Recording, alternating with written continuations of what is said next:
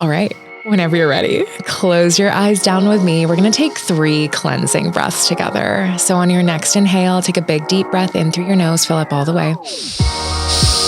Breathe, hold at the top, and then a big open mouth exhale. Let your breath go. Good. 2 more times. Big deep breath in. Breathe, hold, and then let it go. One last time. Big deep breath in. Breathe, hold, and then let it all go out. Whenever you're ready, tuck your chin down towards your chest and blink your eyes open in your own time. Hi. Hi. I needed that. I mean, honestly, I needed it too. I feel like after the escapades it took to get here this morning, we're here. We are. We did it. So I kind of want to just get into everything. Let's go. Krista, I am so happy we're doing this. I feel like it's been one of those projects that this has been a long time coming. We've been talking about it for quite some time. Yep. And I feel like there's a lot more projects on the way, but we may not probably get into that today. But I will say thank you for coming on. And I just want to start with everything that you're doing. You are a powerhouse in leadership. I am looking up to you in so many ways of how you bring your gifts, not only to the world of corporate that you're in, but to outside in your day-to-day life. And Enneagram is one of those big things for you. Yes. So I want to first kind of jump into that because I only know Enneagram from what you've told me. So I want to learn a little bit more. And I also want our guests to learn, what the f*** is the Enneagram? That's a great question. Before I jump into that, I want to tell you, I receive everything that you said. I receive that. And also back at you, you have changed my life. You've changed my life. You introduced me to breath. Your app is a huge part of my life. So just thank you so much. And thank you for having me. I'm honored to be here. What the F is Enneagram? So Enneagram is a personality typing framework. And if, any of our listeners have taken Myers-Briggs or Strength Finders, they all have one thing in common, these types of personality typing frameworks. They give you insight into your personality. And we know the human personality is made up of 3 things: how we think, how we act, and how we feel. So all of these personality frameworks, they give us good data. Where Enneagram kind of veers off into her own little path is when these other assessments tell you what you do and how you do it, Enneagram tells you why you do it. It gives us a deeper, almost as we peel the onion, we can get to the core. We can get to core motivations. We can get to core fears. We can get to triggers, conflict, communication. And in my experience, when you know why you do what you do, that changes how you move and how you show up because you understand yourself a little bit more. So although this tool is, it's only good data in, good data out. It's only as powerful as we let it be. I love using it in my corporate world. I love using it in my personal practice. And it's become a huge part of just my life. So it's a great tool. I love that. Now, I kind of want to talk about how we use this, not only personality trait, but learning the dynamics of the Enneagram and how we can actually bring that to our day-to-day life, not only in how we live that day-to-day life, but also how we interact with other people.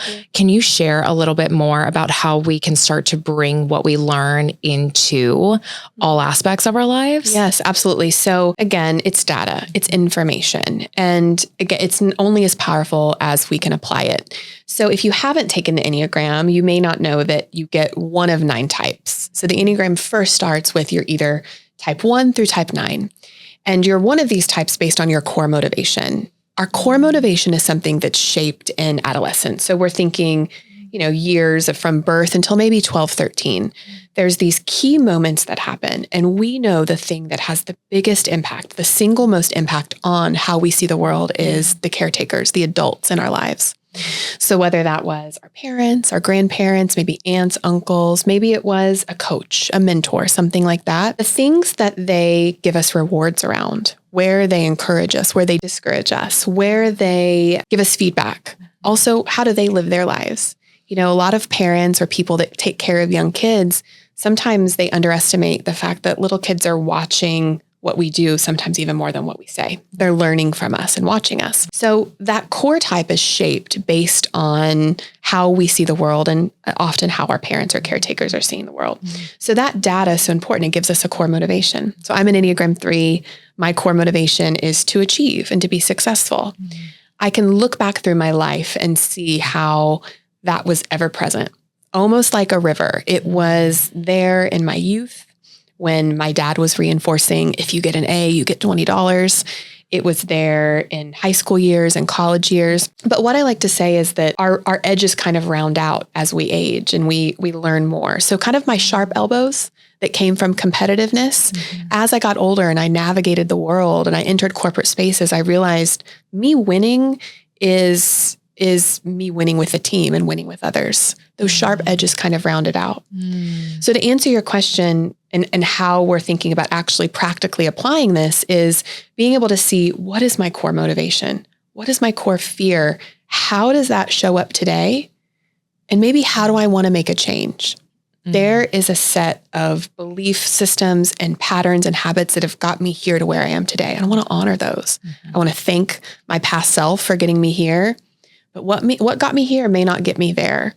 So it's a conscious decision to make small edits to bring that Enneagram knowledge to life. And it kind of just builds on the idea of why our childhood is so important. And we continue to bring in everything that we've learned up until that point, which can kind of be an intimidating route because if we had a lot of hard times during our childhood, we're probably going to bring those into our adulthood in every single aspect. So I love being able to see that connection of being a child actively coming into your adult life. And so if there's anything going on that we need to, like you mentioned, edit, that's probably something we need to work on continually throughout to get to where we want to be. Yes.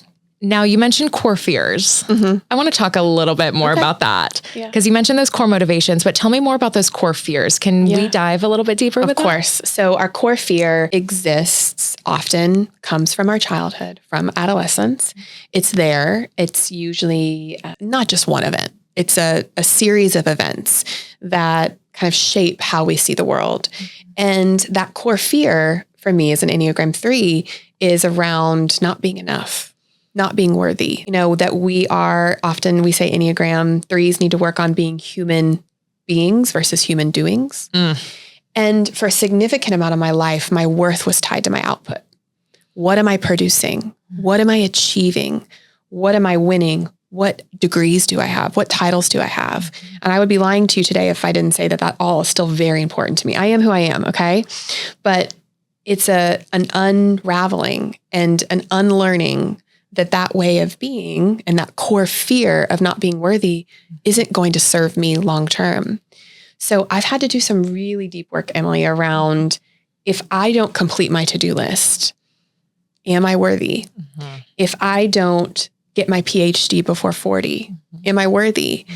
And what has really helped me address that core fear and how I work with leaders in addressing that core fear is figuring out where is the belief system around that fear that is serving me and what is disserving me and what do I want to leave and what I want to carry forward. You know, what's so interesting about that is that immediately I think about the surface things that we look to navigate how we live our lives. But at the end of the day, it's so much deeper than that. So this inner work that we're doing with this personality, I like to think of this as like a personality test, but then it's so much deeper than that, which I didn't necessarily realize until I met you and you were speaking so eloquently on it. And I was like, oh, this is so much more. So if I'm wanting to know a little bit more about my Enneagram, what would be, I mean, we've already talked about this off camera, but for someone who's new to the Enneagram and they want to start to maybe take the tiniest step forward to learn a little bit more about themselves in a tool like this, where would you start? I have a vendor that I use that I love. I've done a lot of research and not all assessments are created equal, right? So what I'm looking for when I look at a vendor for a personality assessment is to find someone that there is real research and psychological concepts and theories really rooted in this assessment. So I would highly recommend utilizing Integrative Enneagram. It's an incredible organization. It's who I work with directly. So that's an assessment. You can Google Enneagram and you can find, it's like a Cosmo quiz. You can find a free version. This one's a paid version, but sometimes you get what you pay for. Mm-hmm. So I recommend at least first starting with good data. You need a really good assessment and result. So that would be the first step. And then the second step would be talking about it. We learn through community. So get your report, have a few friends, get their reports, get together, compare, contrast, and start from there. You don't have to pay for a fancy Enneagram coach. You don't have to go to a fancy Enneagram retreat, although I do that and I love those. At the end of the day, just start talking about it and wrestling with people you trust. Ooh, I love that. And I love that idea of bringing in community of other people, because I always feel like I can't see certain things about myself because I just don't know them. But when other people point them out to me, I'm like, oh, of course, that makes so much more sense. Because when you and I were talking about maybe what your Enneagram was, I was like, this girl is a 2. The 2 is, the considerate helper with a core motivation to center others, to be liked and to be appreciated. And it makes so much sense how you are living your life, pouring yourself out to others, elevating others through breath, elevating others through these conversations. And sometimes people can just be a mirror for us and hold up what we don't see, whether that's our strengths, our challenges, how we can make more of an impact. So self-awareness and looking inward is scary, but it can also be safe. You're your home. You're the one home that you will always have. And so starting the conversation with people you feel safe with is great. And I feel like that really sets you free to start to learn a little bit deeper about yourself, to then figure out, to navigate, okay, these actually are my challenges. How can I be supported throughout those challenges? Or, oh, these are my skill sets. How do I act on those skill sets that are so innately within me? Now, talking about skill sets and our gifts, you so incredibly use this in your corporate life. And I love bringing in these inner work tools into a corporate entity. Tell me, how have you started to bring this into corporate, and how has that started to impact how you work in community in your day-to-day work life?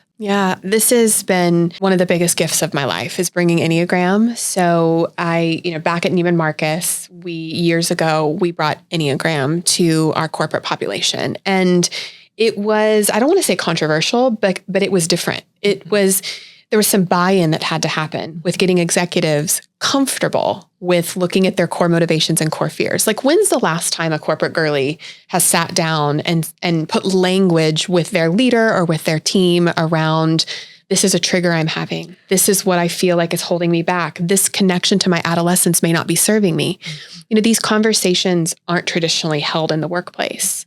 And what we see with what is happening with the workplace and with our corporate systems and just the systems in this country in general are, things are changing. There's uncertainty. There's challenges. Our macroeconomic environment can be really scary. There's fear. And we needed a tool to help our leaders understand themselves, so that way they could create shared language in their community of leaders. But to me, even more importantly, they could then lead their teams in a more integrated way, I would say.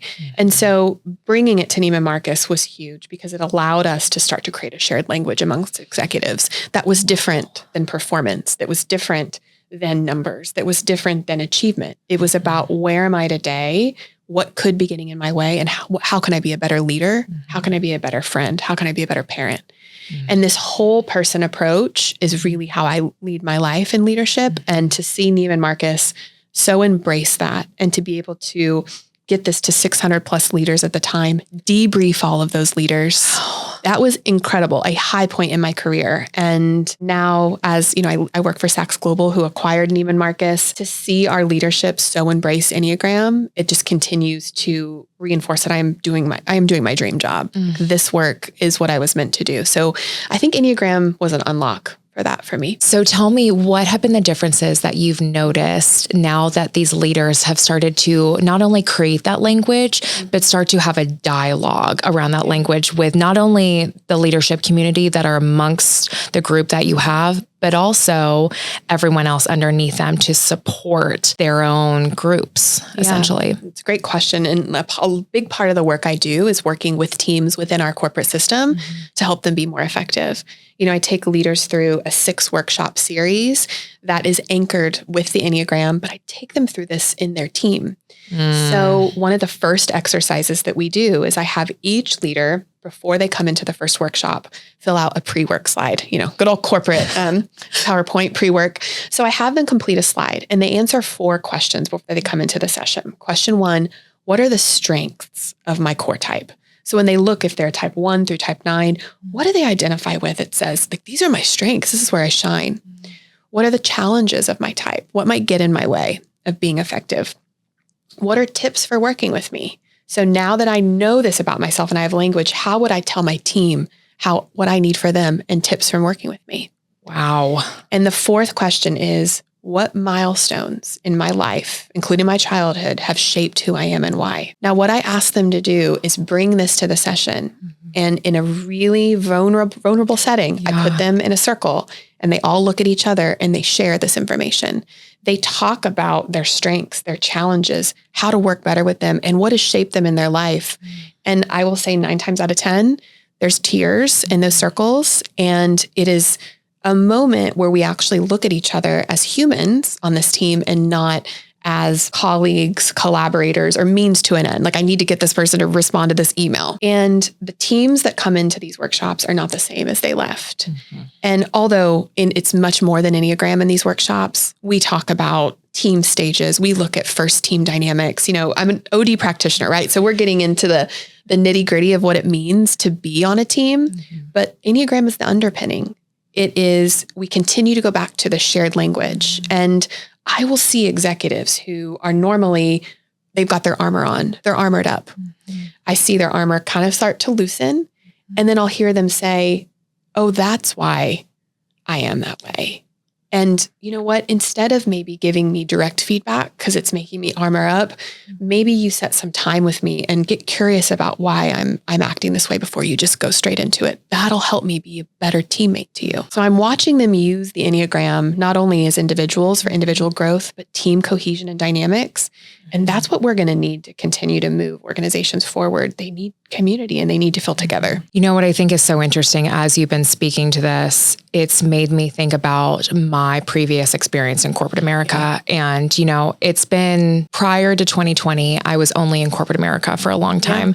And it was very transactional prior to 2020. And obviously now that I'm on this solo entrepreneurship journey, I've only worked with a handful of corporate entities and groups during this time, but I've noticed that there has been a necessary need for shifts in the global dynamics that we're in right now in the world. And there's we're needing to have a dialogue around leadership, around true leadership. And so as you've been speaking to this, it's really made me think that, corporate needs to not be that transactional set of rules at this point anymore. And, it's worked for a long time, I feel like, and it's been successful for people that can work the system and just take the steps, get to where you need to go and make your executive team over the course of 20, 30, 40, 50 years in a job. But now I'm not sure if that's how things are working anymore because there's such a need post the pandemic to actually have real connection.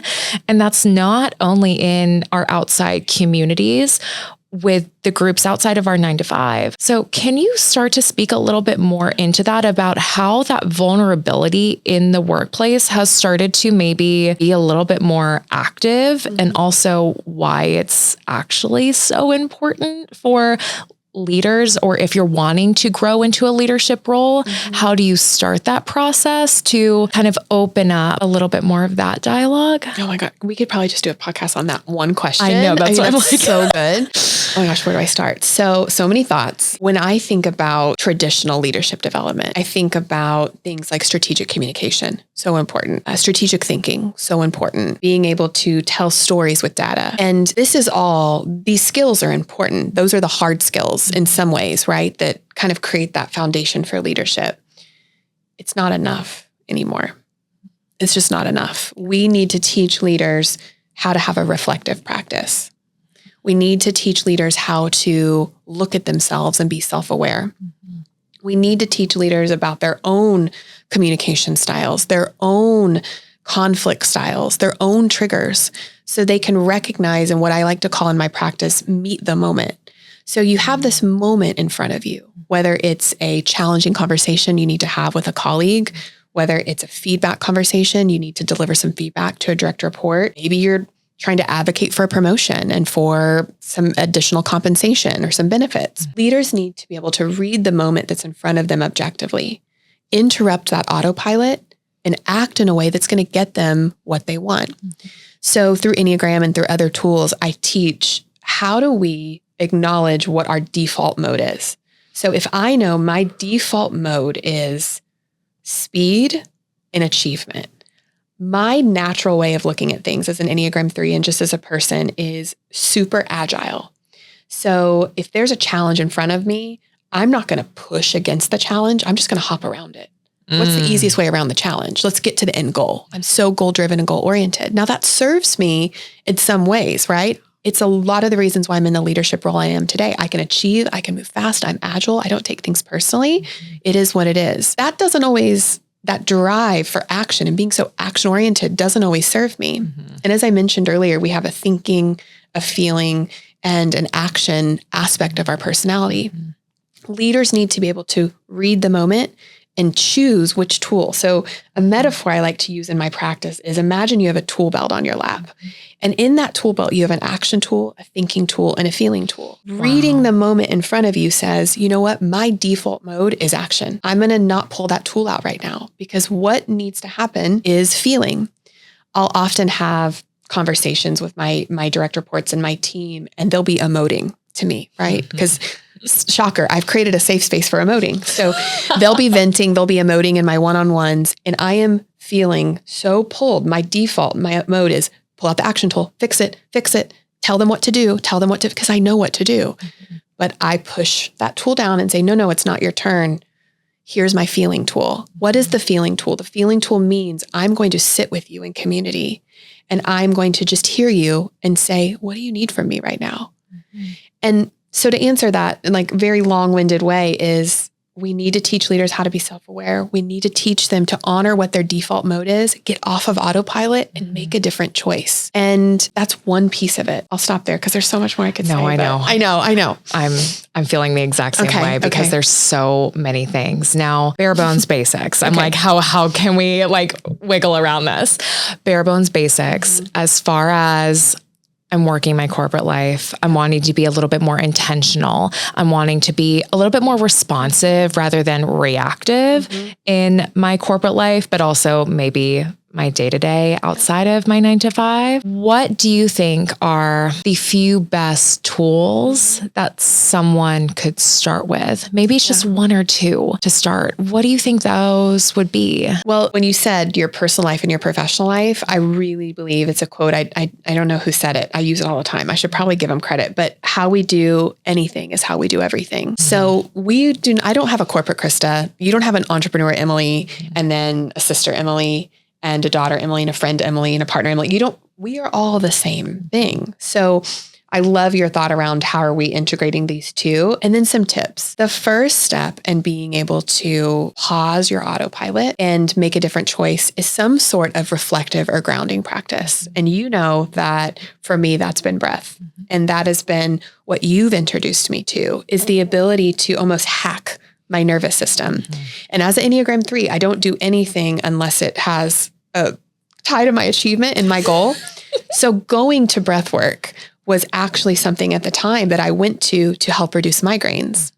And I had all of this tension in my head and my neck and my shoulders that was leading what I believe to migraines, because no medicine worked, nothing I tried. I tried so many medicines. So breath was kind of a last resort. Migraines were getting in the way of my effectiveness at work. They were getting in the way of my effectiveness as a partner, as a sister, as a friend, all of those things. And so including a reflective practice, that's the first step, is being able to hold the mirror up to myself and say, this is not working.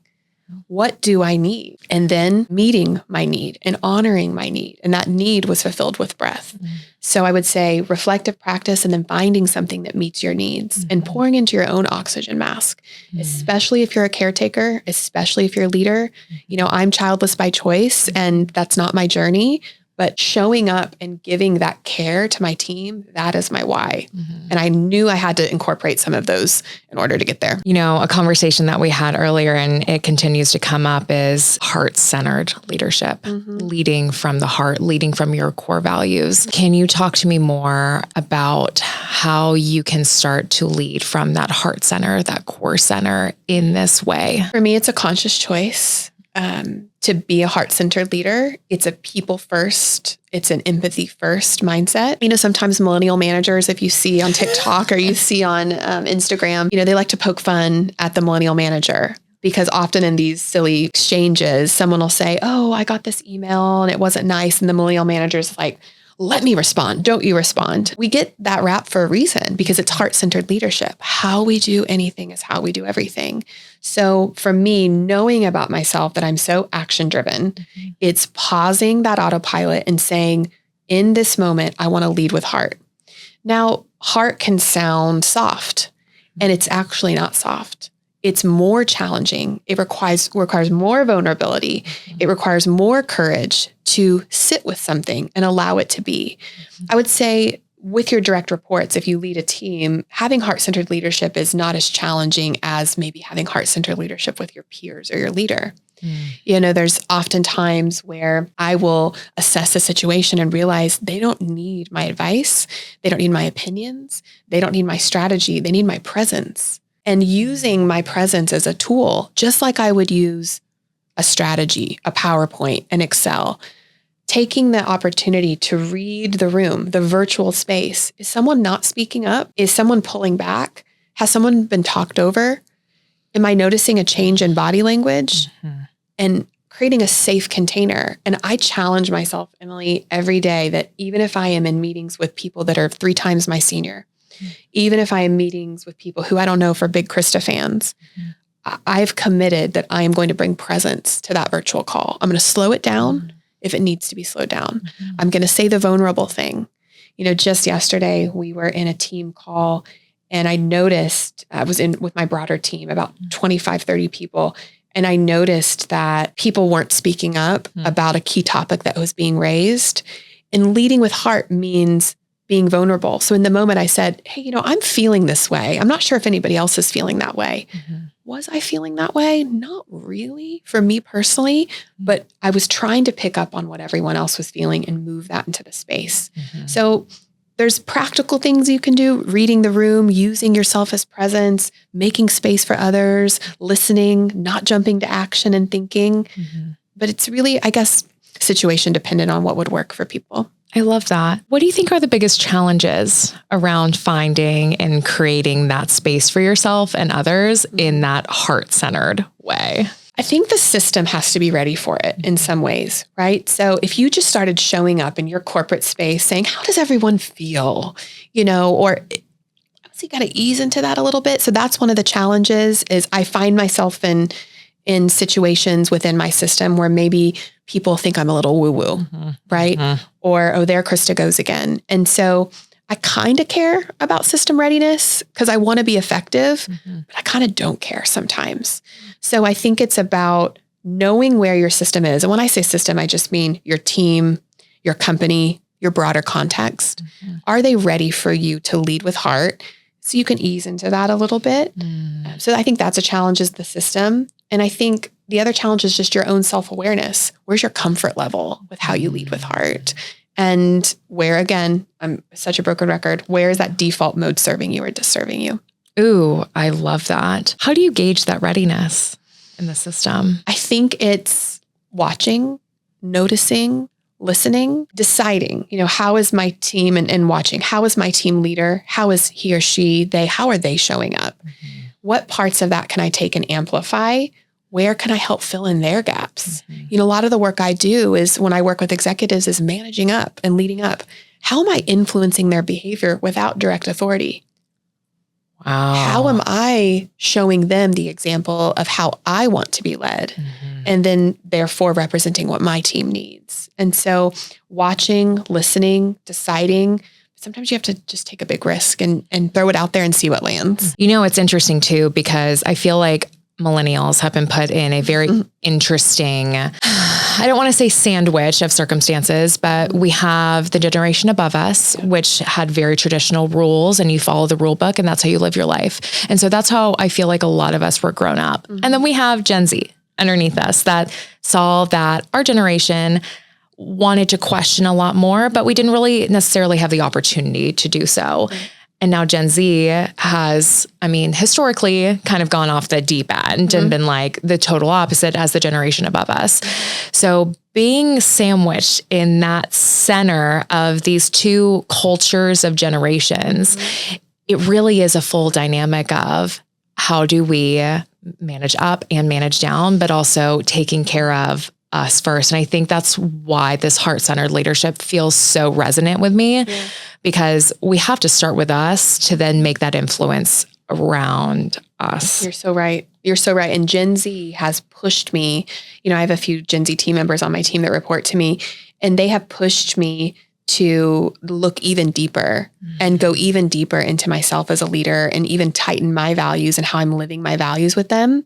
You know, they have expectations that the workplace meshes like a work-life rhythm, especially my team members. I have team members that are in Gen Z that have never even gone into an office. They graduated during COVID and their entire corporate experience is on a screen, a virtual screen. They already by nature have a work-life rhythm that I was not raised with. You know, when I started my first big girl job, I worked for Sephora and I was in the corporate space in a cubicle.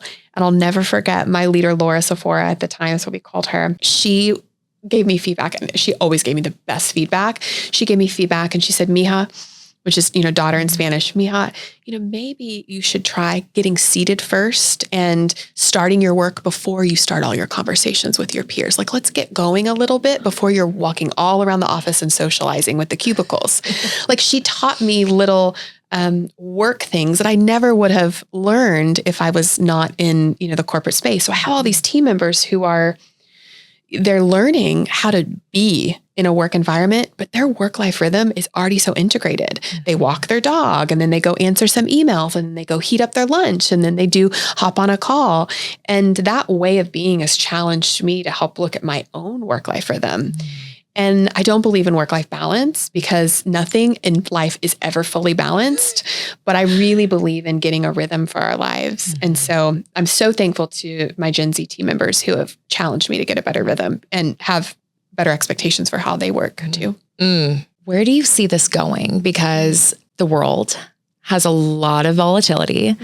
And I feel like there can be a lot of stresses, not only in our day-to-day lives, but also in our corporate lives, just life in general as we bring it all together. What challenges, but also what goals do you think you can start to see grow over the next couple of years as you integrate these practices a little bit more, not only with your immediate communities in Saks Global, but also as you start to potentially grow this into other entities as well? Yeah. You know, what I have realized is that people don't resist change as much as they resist disconnection. And what I'm experiencing and what we're seeing in the corporate systems right now is so much volatility and change. You can't really turn on the news or open up your LinkedIn or even your personal social media without seeing that people that you love and care about have been laid off. People are fearful. Are they going to have their jobs? Some people are uncertain of how their portfolio work is changing. You know, AI is a big conversation now in the workplace. It's everywhere. Again, you cannot open anything without seeing AI. But we're starting to talk about AI in how does it modernize our work, but in some ways that makes certain jobs, administrative jobs, unnecessary and redundant. So there's a lot of fear and there's a lot of volatility, and people need connection more than anything right now. And so as I'm starting to see this work, the importance of this work, we need leaders. So when I talk about leaders, I'm talking about our C-suite leaders. We need our most influential decision makers that have the most power in these organizations to see that transformation does not happen to people, it happens through people. And we need to be investing in meeting our people where they are. The days of you keep your emotions at home and you keep your wear your professional hat at work and wear your personal hat at home, that's gone. We need to be really looking at our workforce and saying, what human needs do we want to meet? That's human-centered leadership, right? It's learning to scale empathy. So the things I'm really thinking about right now is how, within my system, how do I continue to reinforce the need for scaling empathy, the need for helping leaders come up with a reflective practice, the need for leaders to have self-awareness. And then honestly and vulnerably, how do I package that and sell that to other people? That's really where I'm at, because I love Saks Global and my plan is to be with the organization for a long time. I feel so invested in, I feel so developed within this organization. And also I know that more organizations need this. And what would that look like to help other organizations put this practice into place? Because I cannot tell you the handful of times that I had the gift of being able to come into the Dallas office for Neiman's. It was such a gift to see how open and how just communicative everyone was with one another, just real raw and honest, but still like professional. Yeah. But That's everyone, how we like to keep it. And everyone was very much themselves though at that point. And I think every time I would walk in, I always felt so welcome, so supported. Everything was so open-minded. And to be able to have more organizations lead in that way would be such a beautiful thing. I'm fighting tears because I'm such a weenie with this stuff, but to create a space where you could come in and lead these breathwork sessions for Neiman Marcus, and you picked up on that. I want people to bring their full selves to work.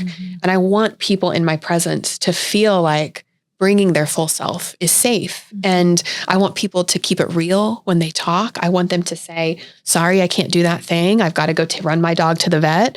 Or this conversation I'm going into feels unsafe. I don't feel set up for success. I want people to feel like they can joke, they can laugh, but they can get to work and get work done. Again, I am an Enneagram 3 after all. So it has to be tied to results. But when we feel like we can bring our whole selves to work, we're happier, we're healthier, and we have better results. And so Neiman Marcus was that office that you came to was such a special time in our history.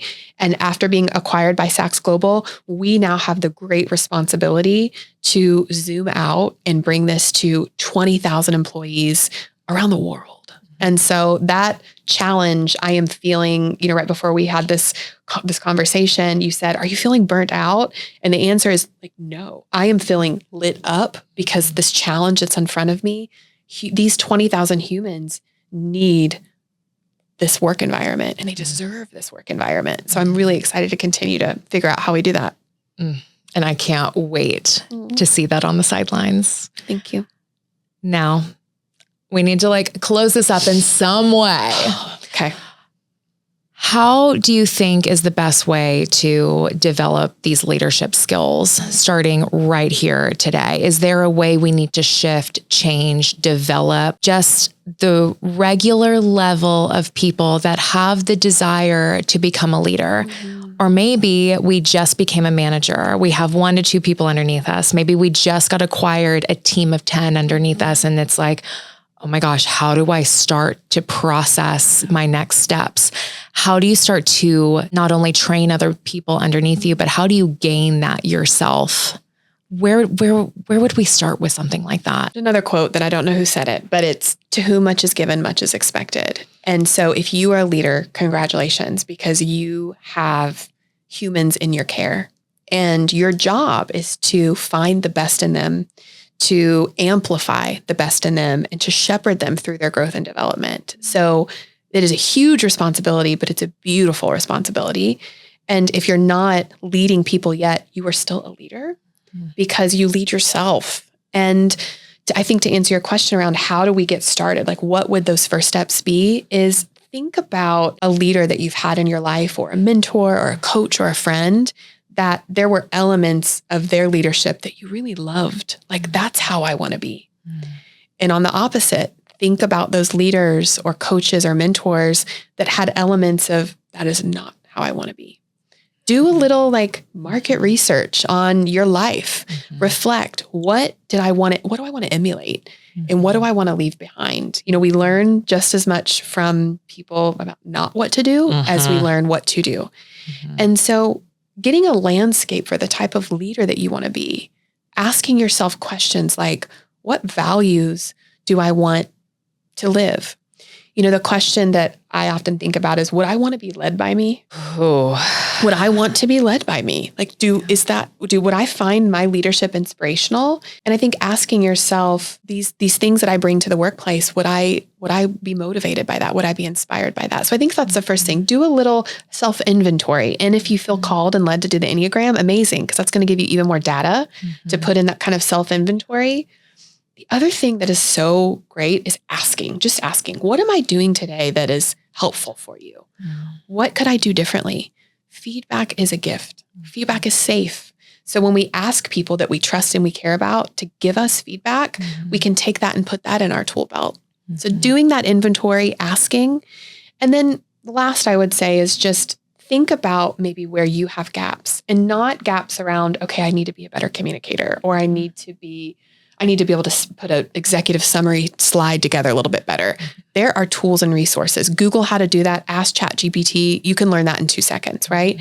What I want you to really think about is, what parts of me do I need to heal so I don't bring these into team environments? Really look inward with those types of things. The self-awareness, a lot of times I feel like that's only labeled as, do that in your personal life. Yeah. Have better relationships. Do it in therapy. Exactly. And not bring that inside of the workplace. But I love how you've continually just speak about, this is your life.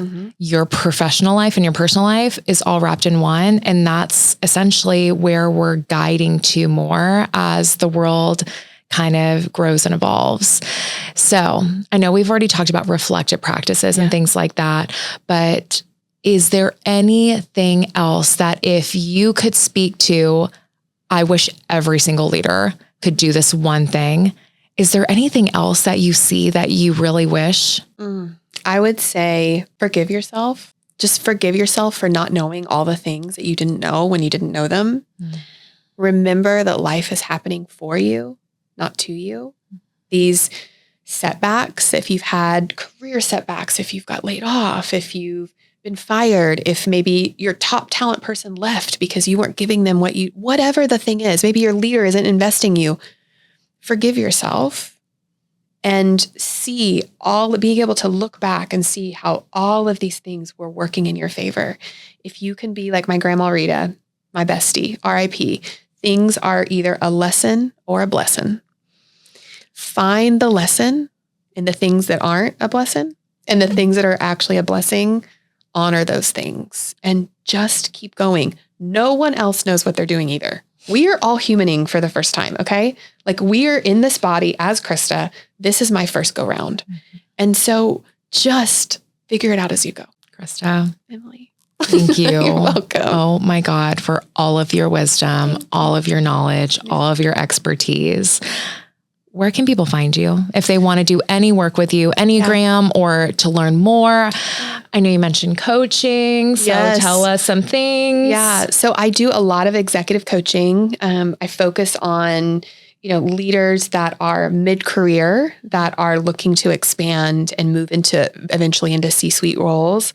I love that work. Right now I'm working with an entrepreneur who has left the corporate space and she's moving into entrepreneurship. But to be totally honest, I'm a corporate girly through and through. Like, that is my first priority. So my time is really limited. I'm playing around with what it might look like to do classes or to do something that I could expand my reach with the limited time I have outside of my corporate life. So stay tuned for that. It's kind of being born right now. It's not even being born, it's being conceived. Okay. So TBD on that, but I'm super active on Instagram. I share my entire life. So you can find me on Instagram, LinkedIn. I'll post over there with my corporate stuff, but just say hi, slide in my DMs. I'm happy to chat anytime. Oh, I love it. Yeah. Thank you so much for coming on. This was such a gift. So great. Thank you.